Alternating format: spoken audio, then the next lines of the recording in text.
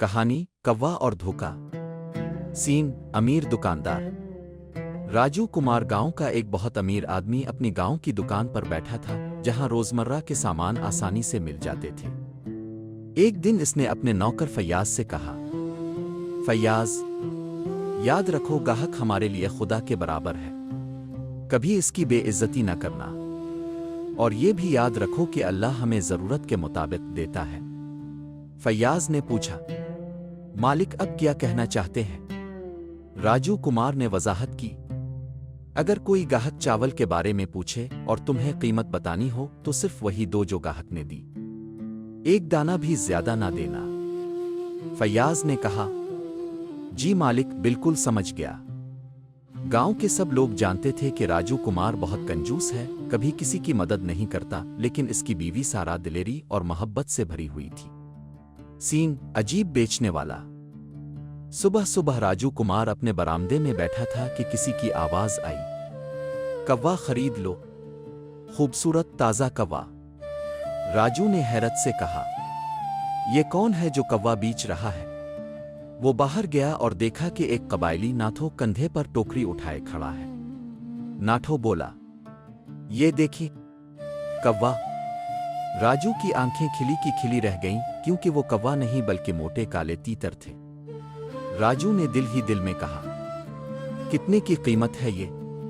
नाथो बोला, अगर अब चाहीं तो 2 जूड़े ले जाएं। राजू खुश हो गया और कहा, ठीक है, मैं दोनों जूड़े खरीदूंगा।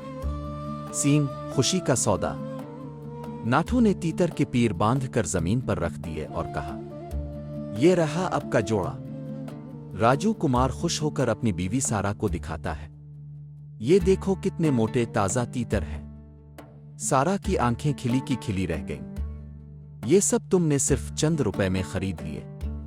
राजू हंसता है, हाँ, नाथो बड़ा ही नेक और बेखबर आदमी है। सीन रन्ना और नाथो का अगला सौदा। चंद दिन बाद नाथो फिर आया और कहा, रन्ना ले लो, ये मेरा बहुत कीमती रन्ना है। राजू अली ने देखा, ये एक पुराना मगर मजबूत बर्तन था जिसमें धब्बे थे, लेकिन ये सोना सा चमक रहा था। राजू ने पूछा, इसकी कीमत क्या है? नाथो बोला, साहिब, मैं इसे सिर्फ 100 रुपए में दूंगा, 1 रुपया भी ज्यादा नहीं। राजू ने कहा, ठीक है, ये बहुत अच्छा और नेक इंसान है, मैं खरीद लेता हूं।